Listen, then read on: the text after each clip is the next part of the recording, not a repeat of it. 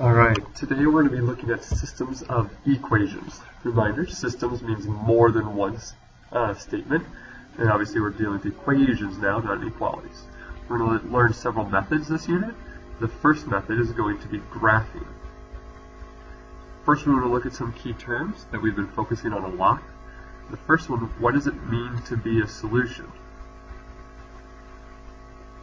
A solution is something that makes a statement true. It's something that it could be a point that makes a statement true, could be a number that makes a statement true. The statement could be an inequality or an equation. What's a graph? A graph is just the visual representation of the solutions. So if you took all the solutions and plotted them on a grid, that would show you all the solutions. And what is a solution to a system? Well, a solution makes a statement true, but a system is multiple statements. So a solution to the system is something that makes all the statements true. Okay? It makes all the statements true. Alright, so I have a system here. I got 3 different statements, and I want to know, is this a solution? Well, that's an x and that's a y, so I'm going to plug those in. I get y equals 3 times x minus 15. Okay, you type that into your calculator, you get negative 4 on the left, and you get 9 minus 15 is negative 4. Yeah, that's a true statement. I'm going to come over here and I get 2 times x plus 4 times y equals negative 10. That's 6 minus 16. 6 minus 16 is negative 10. And the right side is negative 10. That's a solution. So that's 5x equals y minus 11. 5 times 3 is 15. Negative 4 minus 11 is negative 15. That's not a true statement, therefore it's not a solution to this one. To be a solution to the system, it has to work for all of them. So this is not a solution.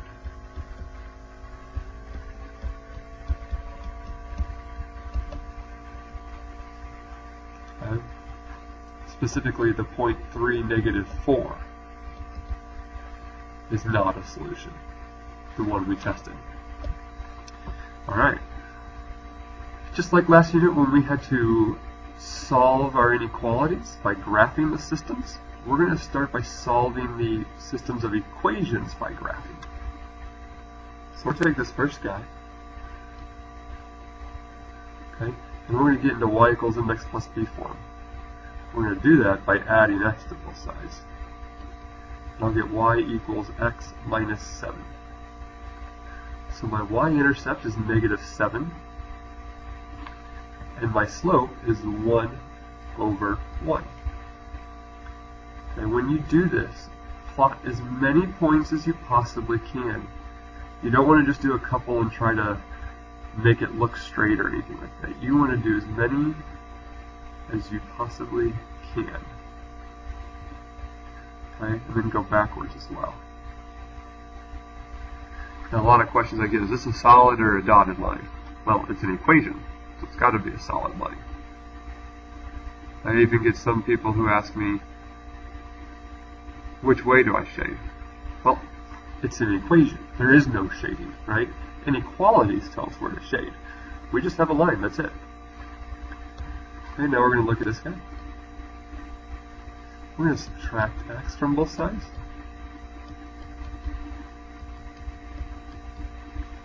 Then we're going to divide by 4. Y equals, this one, a little bit tricky. If you think of it as a negative 1x, you get negative 1/4 x minus 2. So my y-intercept is negative 2. I'm going to go down 1, right 4. Down 1, right 4. Again, I told you to do as many as you possibly can.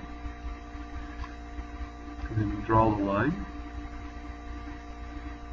Well, the green is all the solutions to the second equation. The blue is all the solutions to the first one. Do we have any points that are solutions to both? Yes, we do, and it's right here. Just like inequalities, it was where they overlap. The same thing was true with lines. It's where do they overlap? Where do they intersect is the word we like to use for this. Okay? Well, they intersect at the point 4, -3. Okay? But we always want to check our answers, and all we got to do is just plug them in. So this is an opposite of x, or negative x. So I would have -4 plus the y equals -7. That does equal -7. Then I'd have x plus 4y equals -8.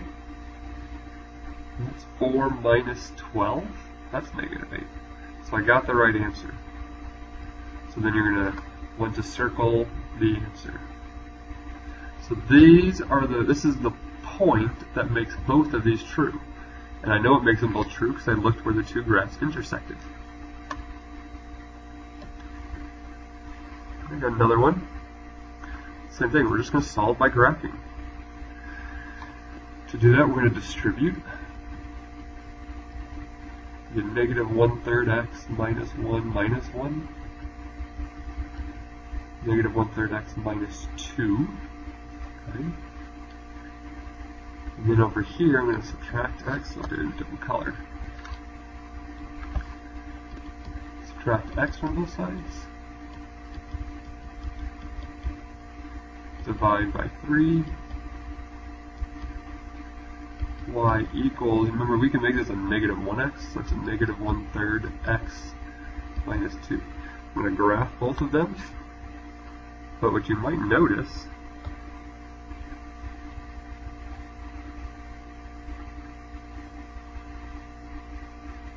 is that they are the same equation. So when you graph them, what does that look like?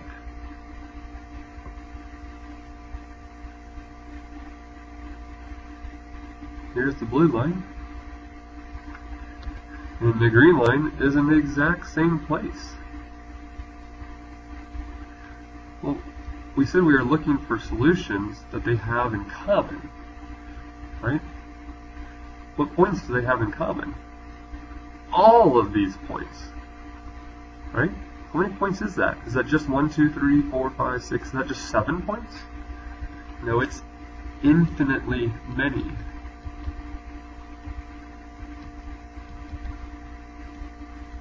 It's not all numbers, because this guy right here, he's not a solution.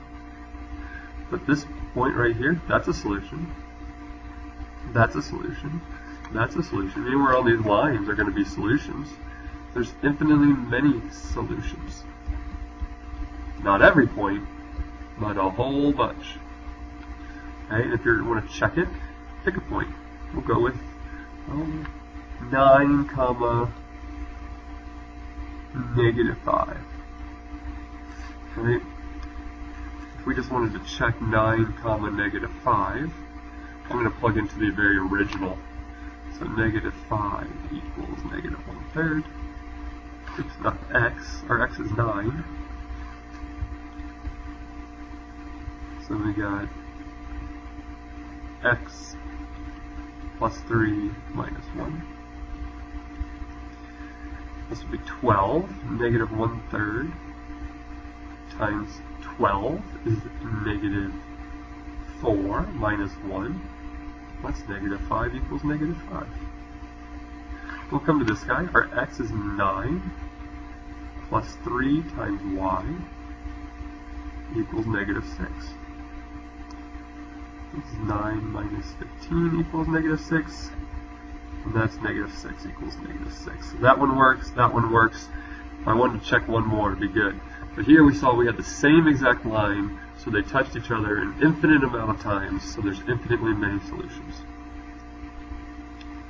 Alright, I want you to pause the video, graph this one just like we've been doing, and describe the solutions. Remember, the solutions are where they're going to intersect each other. Go ahead and pause the video now. Alright, my solution was no solution. If you got that, great. Go ahead and move on to the next slide. If you want some explanation about how to get that answer, just stick with me for a little bit. So again, go ahead and fast forward if you understood it. If not, hang out for a little while.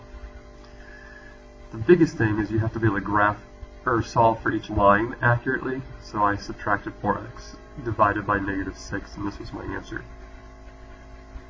Same thing over here, subtract 6x, divide by -9. Here's my answer. Okay, if you need help on any one of these steps in here, just let me know the next day in class. What I did then is when I graphed them, I started at -4, went up 2 over 3, went backwards 2, backwards 3. And then the same thing over here, I started at -2, went up 2 over 3, and then went down 2, backwards 3. And again, we're looking for this. These are all of the solutions to the green line. These are all the solutions to the blue equation. And I'm trying to find what solutions they have in common. Which solutions make both of them true. Well, they never cross. They never overlap. They never intersect. Right? What do we call these lines? We call them parallel. Right? If these two lines are parallel, they're never going to cross, which means there is no solution. We're always looking for where they intersect. Alright, one more. A business rents rollerblades and bicycles. One day the business has a total of 25 rentals and collects $450 by the number of rollerblades and the number of bicycles rented. When you see these word problems, they tell you what the variables are. Find the number of rollerblades, find the number of bicycles. So we're going to let x be number of rollerblades. You always have to define your variables when you do a word problem. And we're going to let y be number of bicycles. Okay. They sold 25 rentals, so that means all of your rollerblades plus all of your bicycles must add up to 25. So that's our first equation. Do a different color. We got x plus y. Add up the rollerblades, add up the bicycles, and that has to be a total of $25. Okay? We're missing some information here that I don't know how to find my total cost. Let me give you that information now.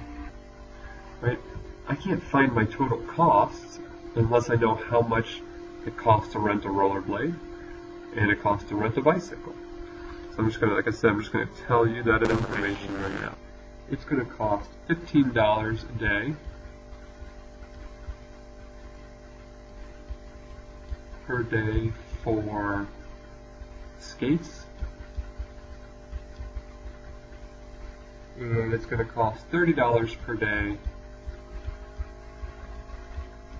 for a bicycle. Now, on a normal problem, all that information would be given to you.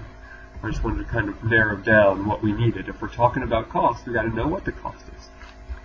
So here, talking about cost, we know it's $15 per rollerblade plus $30 per bicycle, and we collected a total of $450. Right? Those are our two equations that we're dealing with here. To graph those, I'd like to solve them. So here, this is pretty easy. This is y equals -x plus 25. And this one would be 30y equals -15x plus 450.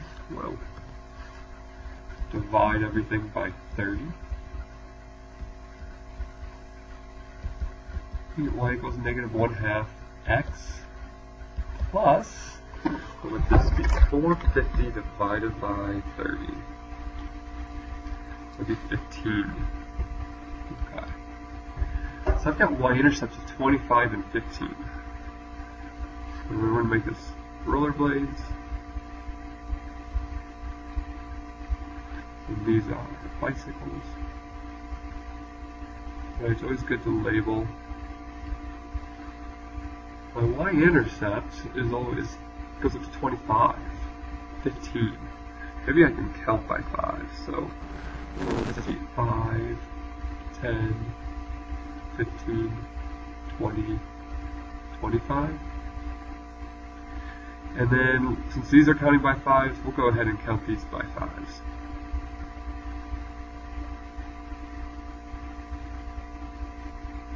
Alright, let's see here. So we're going to start at 25. We have a slope of down 1 over 1.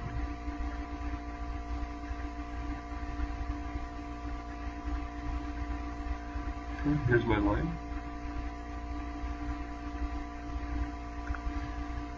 And then we've got 15. It's down 1 over 2, down 1 over 2, down 1 over 2. Where are those intersecting? They are intersecting right here at the point 20, 5. Well, what did we say our x was? 20 represents the number of rollerblades, so they rented 20 rollerblades, and our y value, 5, is the number of bicycles, and 5 bicycles.